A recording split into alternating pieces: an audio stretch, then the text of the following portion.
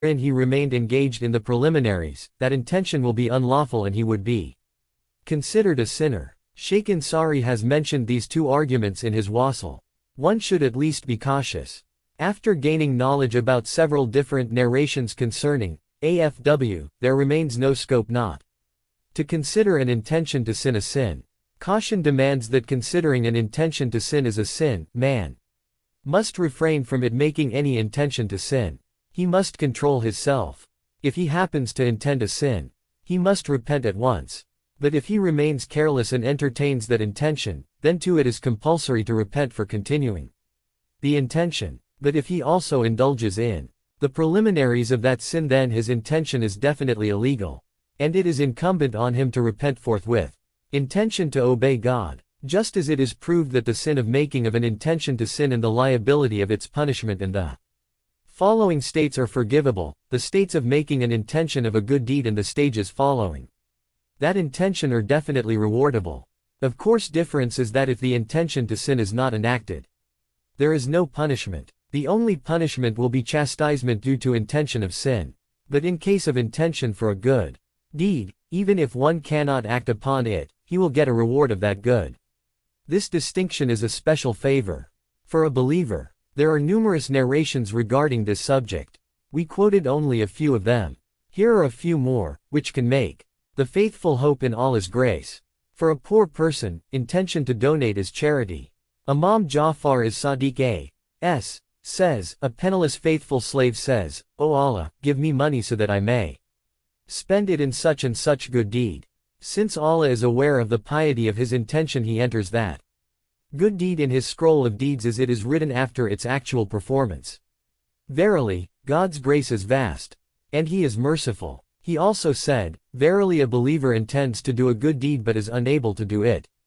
Allah enters his good deed for him in his account.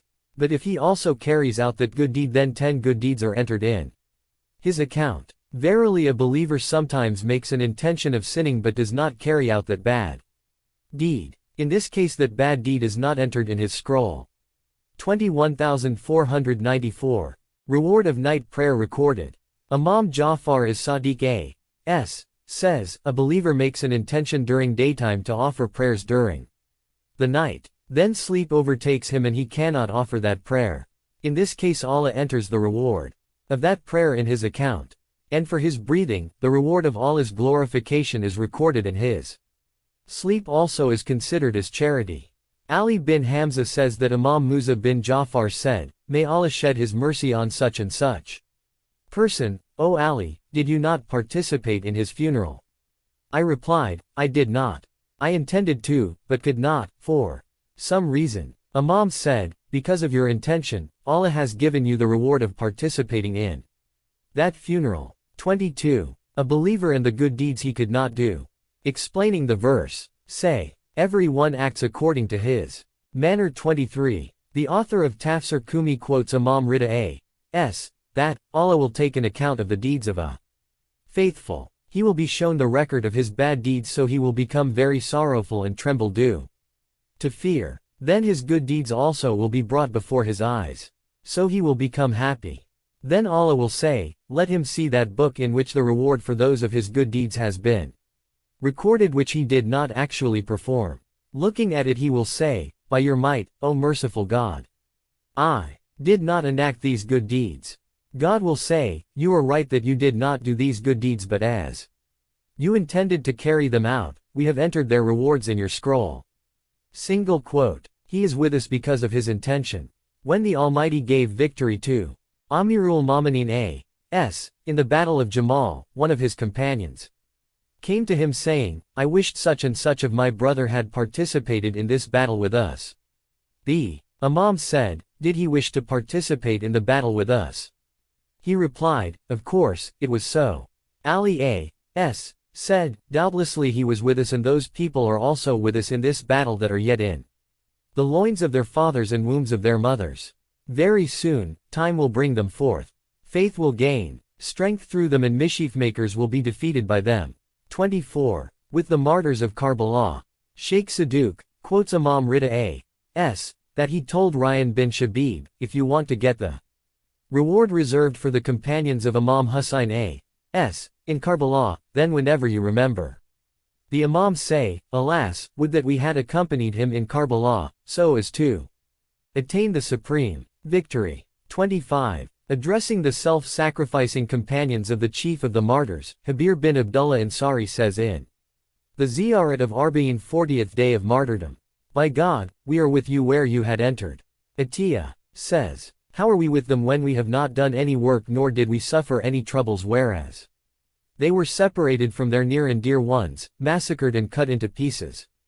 Habir said, I have heard the Holy Prophet say, a man is with the group which he loves and so he will be raised with that group on the day of judgment. Man is with a group the deeds of which are liked by him. By God, the intention of me and of my companions is the same as that of Imam Hussein A.S. and his companions. 26. Quoting some narrations from the Holy Prophet and the infallible Imams. Allama Majlisi writes, the best deed of the Muslims is to await for the reappearance of the Imam of the age, Imam az-Zaman. One who dies waiting for the reappearance of Imam Mahdi A.S. is like one who performs holy war. Jihad with him. Its reward is like that of 25 martyrs. 27. And if any one of the idolaters seeketh thy protection, O Muhammad, then protect him so that he may hear the word of Allah, and afterward convey him to his place of safety. That is because they are a people who know not. 9. 6. I found that when researching what happened to the al-Bayt and their followers, that the accounts were spread throughout multiple books and not all present in one place, so I thought that it would be good to compile all these accounts into one place to make it easy on the reader. In this humble attempt I have compiled several excerpts about the life and struggles of the al-Bayt family of Muhammad and their Shia followers, and to inform the people about the oppressive events and incidents were inflicted upon the al-Bayt family of Muhammad and their Shia followers. I have included all of the books that I referenced for this project so that you may study them and come to your own conclusion. I hope that you, my dear brother or sister, benefit from this work and that you grow closer to Allah, our beloved Prophet and his al-Bayt, inshallah God willing. Mateen J. Charbonneau. Note: the spellings of the names may differ, but that is because I kept the original spellings found in their respective sources. The use of S after the Prophet's name is an abbreviation for peace be upon him and his family. The use of A after the names of Fatima and the 12 Imams, A is an abbreviation for peace be upon him her in Arabic, alayhi salam. The use of ATF after the name of Imam Mahdi, ATF is an abbreviation for may Allah hasten his reappearance. The use of Ra is an abbreviation for may Allah be pleased with him her in Arabic. Radi Allahu anhu. Imam Sadiq said, write and spread your knowledge among your brothers. If the end of your life approaches, leave your books as an inheritance for your sons, since there will come a time of sedition during which the people will only find comfort with their books. 3. 1. Kitab Sulaim ibn al-Qays al-Hilali. 2. Then I was guided by Dr. Muhammad Tijani. 3. Mishkat al-Anwar by al-Tabarsi.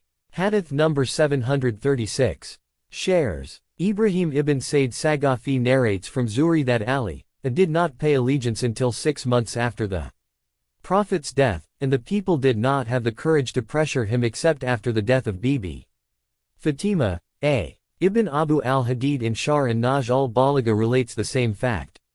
In any case, the Sunni ulema insist that Ali's allegiance was not immediate but came only after some time had passed and then only when circumstances forced him to do so, which is not a true or valid allegiance. Aisha said, Ali did not offer allegiance to Abu Bakr for 6 months, and no one of the Bani Hashim offered allegiance until Ali did. 3. Zuhri said, Ali did not swear allegiance until 6 months after the Prophet's death. 4. Here are 12 proofs that Ali's allegiance was taken not willingly but forced. 1. Abu Ja'far Baladuri Ahmad ibn Yahya ibn Habir Baghdadi, one of the reliable Sunni traditionists and historians, writes in his history that when Abu Bakr called Ali to swear allegiance, Ali refused. Abu Bakr sent Umar, who went with a torch to set fire to Ali's house. Fatima came to the door and said, O son of Khattab, have you come to set my house on fire? He said, yes, this is more effective than anything your father did. 2 Izz-ud-Din ibn Abu al-Hadid Mutazili, and Muhammad ibn Jarir Tabari, narrate that Umar went to the door of Ali's house with Usaid ibn Khuzai, Salama ibn Aslam and a group of men. Umar then called, "Out, come out, or else I'll set your house on fire." 3 Ibn Qaziba reports in his Kitab al-Gharar from Zayd ibn Aslam, who said, "I was one of those who went with Umar with torches to Fatima's door. When Ali, and his men refused to offer allegiance, Umar said to Fatima, 'Let whoever is inside come out. Otherwise, I will set the house on fire along with whoever is inside.' Ali, Hassan, Hussein, Fatima, and a party of the Prophet's companions, and the Bani Hashim were inside. Fatima said, 'Would you set my house on fire along with me and my sons?' He said, 'Yes, by Allah, if they do not come out and pay allegiance to the Caliph of the Prophet.' 4 Ibn Abd Rabi, one of the famous Sunni ulema, writes in his Iqd al-Farid, Part 3, page 63, that Ali and Abbas were sitting in Fatima's house. Abu Bakr told Umar, 'Go and bring these people. If they refuse to come, fight them.' So Umar came to Fatima's house with torches. Fatima came to the door of the house and said, 'Have you come to burn our house?' He said, 'Yes,' and so on. 5 Ibn Abu al-Hadid Mutazili in his Shar and Naj al-Balagha, Volume 1, page 134, quoting from Jauhari's Kitab al-Saqifa, writes in detail about the affair of the Saqifa al-Bani Sa'ad. The Bani Hashim and Ali were assembled in Ali's house. Zubair was also with them since he considered himself one of the Bani Hashim. Ali used to say, 'Zubair was always with us until his sons were grown up. They turned him against us.' Umar went to Fatima's house with a group of men. Usaid and Salma were also with him. Umar asked them to come out and swear allegiance. They refused. Zubair drew his sword and came out. Umar said, 'Get hold of this dog.'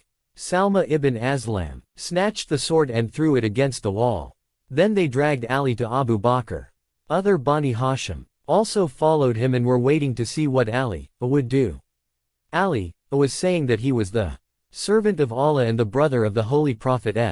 Nobody listened to him. They took him to Abu Bakr, who asked him to take the oath of allegiance to him. Ali said, 'I am the most deserving person for this position, and I will not pay allegiance to you. It is incumbent on you to pay allegiance to me. You took this right from the Ansar based on your relationship with the Prophet. I also, on the same ground, protest against you. So be just. If you fear Allah, accept my right, as the Ansar did yours. Otherwise, you should acknowledge that you are intentionally oppressing me.' Umar said, 'We will not leave you until you swear allegiance.' Ali said, 'You have conspired well together. Today you support him, so that tomorrow he may return the caliphate to you. I swear by Allah that I will not comply with your request, and will not take the oath of allegiance to Abu Bakr. He should pay allegiance to me.' Then he turned his face toward the people and said, 'O Muhajirs, fear Allah. Do not take away the right of authority of Muhammad's family. That right has been ordained by Allah. Do not remove the rightful person from his place. By Allah, we all al-Bayt have greater authority in this matter than you have. There is a man among you who has the knowledge of the Book of Allah, the Quran, the Sunnah of the Prophet, and the laws of our religion. I swear by Allah that we possess all these things. So do not follow yourselves lest you should stray from the truth.' Ali returned home without offering allegiance and secluded himself in his house until Fatima died. Thereafter, he was forced to offer allegiance. 6 Abu Muhammad Abdullah ibn Muslim ibn Qutayba ibn Umar al-Bahili Dinawari, who was an ulema and an official qazi of the city of Dinawar, writes in his famous Tariq ul-Khulafat Raghiban wa Dalat. Bani Umayyah, known as al-Imama W as Siyasa, Volume 1, page 13. When Abu Bakr learned that a group hostile to him had assembled in Ali's house, he sent Umar to them. When Umar shouted to Ali to come out and to swear allegiance to Abu Bakr, they all refused to come out. Umar collected wood and said, 'I swear by Allah, who has my life in his control, either you will come out, or I will set the house with all those in it on fire.' People said, O Abu Hafsa, Fatima, is also present in the house. He said, let her be there. I will set fire to the house. So, all of them came out and offered allegiance, except Ali, who said, I have taken a vow that until I have compiled the Quran, I will neither go out of the house nor will I put on full dress. Umar did not accept this, but the plaintive lamentation of Fatima and the snubbing by others forced him to go back to Abu Bakr. Umar urged him to force Ali to swear allegiance. Abu Bakr sent Confis several times to summon Ali, but he was always disappointed. At last Umar, with a group of people, went to the door of Fatima's house. When Fatima heard their voices, she cried out, O my father, Prophet of Allah! What tortures we are subjected to by the son of Khattab and the son of Abi Quhafa. When the people heard Fatima's lamentation, some went back with their hearts broken, but Umar remained there with some others until finally they dragged Ali from the house. They took Ali to Abu Bakr and told him to swear allegiance to him. Ali said, If I do not swear allegiance, what will you do to me? They said, We. Omar snatched the sword and hurled it at the stone inside the house and broke it. Then he brought him out to Khalid. He came back into the house, where there were many people, including Miqdad and all the Bani Hashim. Addressing Ali, he said, Get up. I'm taking you to Abu Bakr. You must pay allegiance to him. Ali refused. Umar dragged him to Khalid. Khalid and Umar forced him along the road, which was packed to capacity with men who witnessed this scene. When Fatima saw Umar's behavior, she, along with many women of the Bani Hashim who had come to console her, came out. They were lamenting and wailing with high-pitched cries. Fatima went to the mosque, where she said to Abu Bakr, How soon have you sacked the al-bayt of the Prophet of Allah? I swear by Allah, I will not talk with Umar until I see Allah. Fatima showed her extreme disapproval of Abu Bakr and did not speak to him for the rest of her life. 10 Abu Walid Muhib ud-Din Muhammad ibn Ash-Shana al-Hanafi died 815 AH. One of the leading Sunni ulema writes in his Rawzat ul-Manazir fi Kabar Ulawa'il w al-Awakir, in connection with the Saqifa affair, Umar came to Ali's house prepared to set it on fire with all its inmates. Umar said, Enter into what the community has entered. 11 Tabari, in his Tariq Volume 2, page 443, reports from Ziyad ibn Kalbi that Talha, Zubair, and some of the Muhajirin were at Ali's house. Umar ibn Khattab went there and demanded that they come out. If they did not, he said, he would set the house on fire. 12 Ibn Shana, in Hashiyah al-Kamil of Ibn Athir, Volume 11, page 112, writes in connection with the Saqifa that some of the Prophet's companions, and the Bani Hashim, Zubair, Atba ibn Abi Lahab, Khalid ibn Sayyid ibn Az, Miqdad ibn Aswad Kindi, Salman Farsi, Abu Dar Ghifari, Ammar ibn Yasir, Bara ibn Azib, and Ubay ibn Ka'b refused to swear allegiance to Abu Bakr. They assembled in Ali's house. Umar ibn Khattab went there intending to burn down the house. Fatima protested to him. Umar said, Enter where all others have entered. Kitab al-Isbat ul-Washiyah, compiled by A-il-Hasan Ali ibn Husayn Masdi, author of Marujud Ijtihad. He wrote in great detail about the events of that day. They surrounded Ali, and burned the door of his house. They dragged him out of the house and pressed the best of the women, Fatima, between the door and the wall so forcefully that Muhsin, her unborn son, died of miscarriage. The Shias have not concocted these things. What occurred has been preserved in the pages of history. The miscarriage is a fact. You may also refer to Shar and Naj al-Balagha, Volume 3, page 351. Ibn Abu al-Hadid wrote that he told his teacher, Abu Ja'far Naqib, that when the Prophet was told that Hubar ibn Aswad had attacked his daughter Zainab's litter with a lance, because of which Zainab suffered a miscarriage, the Prophet allowed him to be put to death. Abu Ja'far said, Had the Prophet of Allah been alive, he would have surely ordered the death penalty for him also, who had frightened Fatima, so much that her child, Muhsin, died in miscarriage. Single quote. Two well-known Sunni scholars, Bukhari and Muslim, write in their Sahih that Fatima, rejected Abu Bakr because she was angry. Because of her displeasure she did not talk to him for the rest of her life. When she died due to her injuries, her husband, Ali, buried her at night. He did not allow Abu Bakr to join her funeral and offer prayers for her. Muhammad ibn Yusuf Ganji Shafi'i has recorded the same report in his Kifaya, ch.99.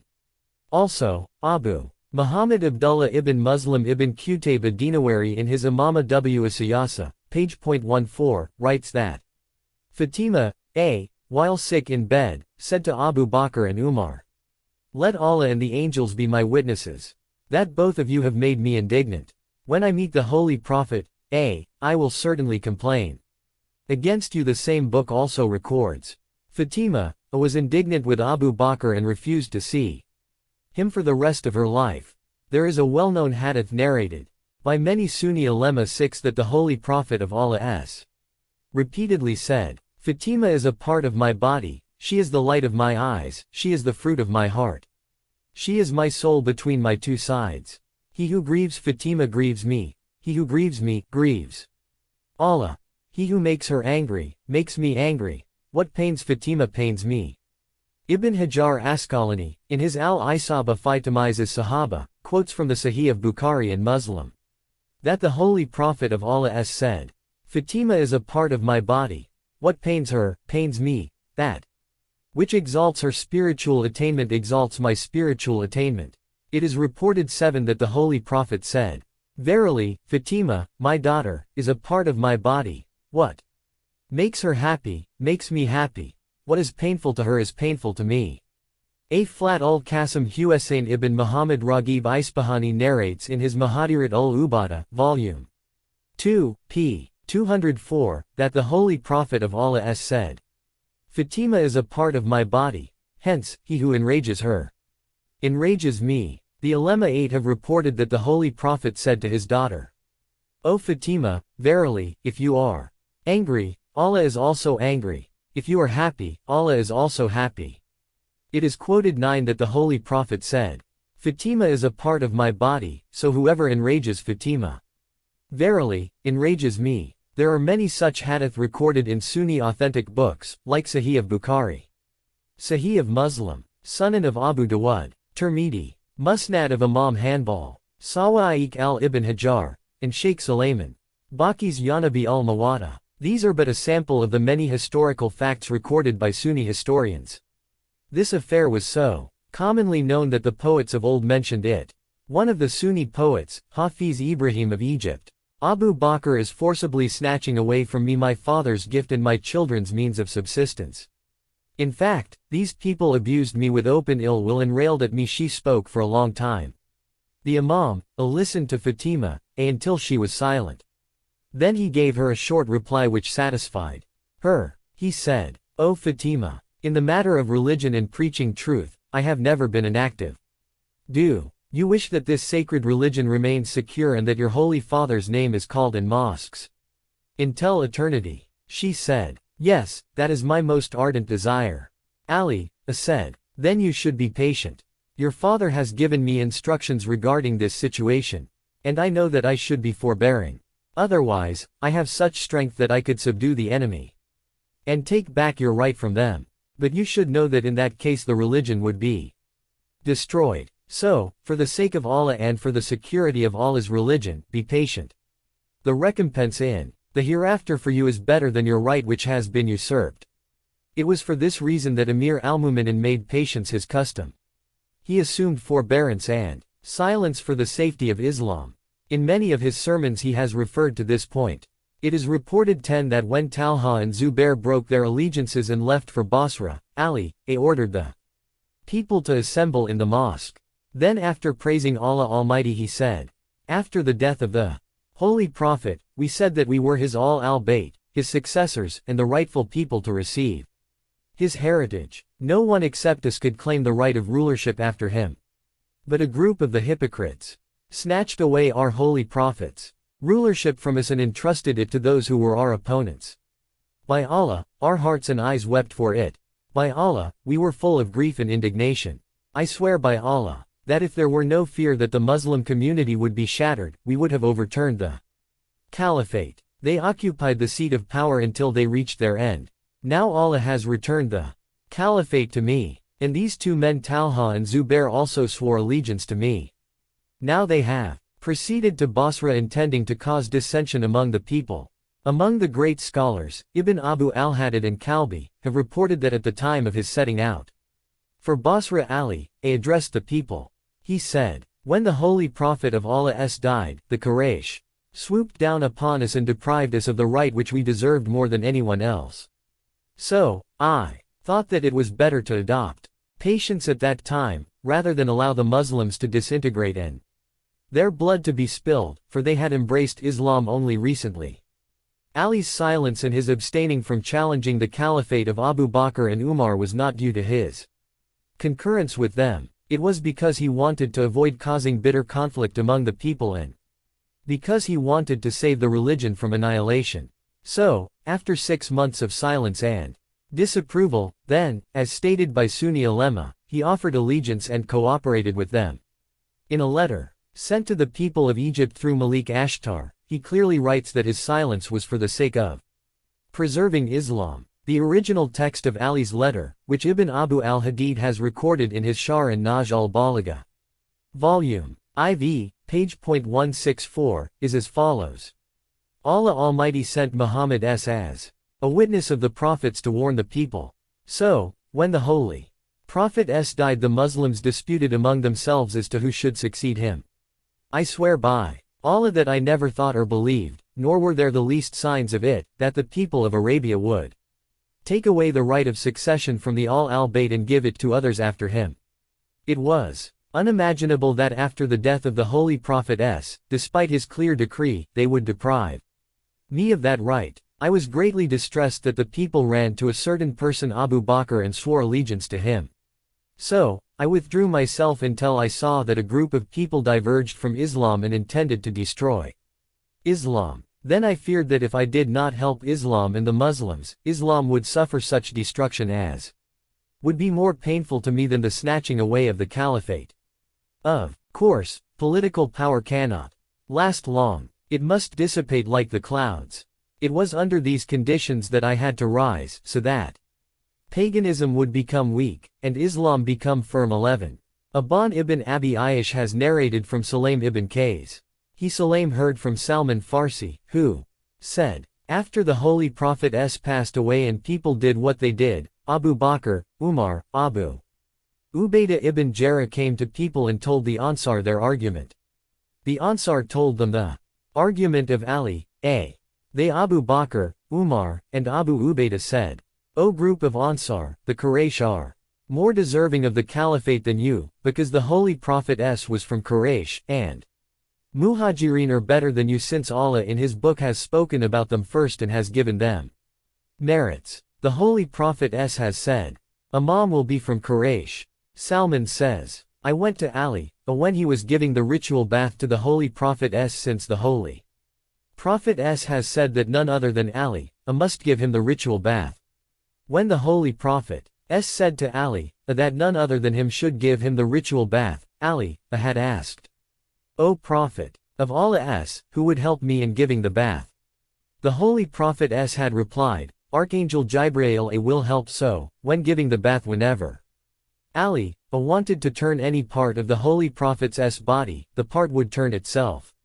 After Ali had completed giving the ritual bath, Hunut and shroud, he let me in, and he also let Abu Dar, Miqdad and Lady Fatima, Hassan, and Husain, in.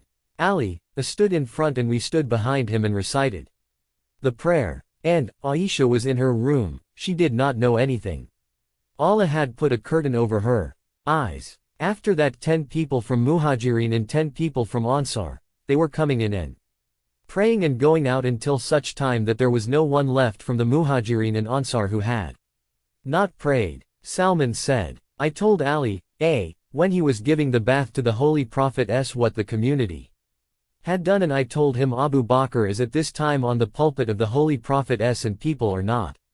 happy to pay allegiance with one hand, but they are paying allegiance with both hands, left and right. Ali replied, O Salman, do you know who was the first to pay allegiance to him on the pulpit of the Holy Prophets? Salman, no, but I can say that I saw him in the shade of Bani Saida at the time when the Ansar were quarreling. The first one who paid allegiance was Mughira ibn Shu'aba, after him Bashir ibn Sa'id paid allegiance, then Abu Ubaidah Jarrah, then Umar ibn Khattab, then Salim Mawla Abi Huzaifa and Ma'az ibn Jabal.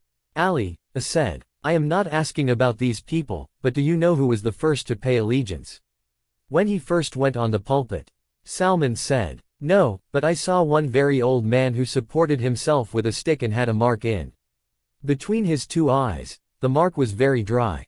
He went to the pulpit first of all and bowed and was crying and saying, Praise is due to Allah who did not make me die until I saw you in this place. You stretch your hand. So Abu Bakr stretched his hand and the old man paid allegiance. Then the old man said, This religion is like the religion of Adam. Then he got down from the pulpit and walked out of the masjid. At that time Ali asked, O Salman, do you know who this person was? Salman said, No, but I did not like his talk. It was like he was pleased with the sad demise of the Holy Prophet. Ali said, This was Iblis, may Allah curse him. The Holy Prophet had informed me that Iblis and his top companions were present when, by God's command, the Holy Prophet had declared me Caliph in God or come, and the Holy Prophet had informed people that I was Mawla, master of everyone, and he the Prophet had commanded people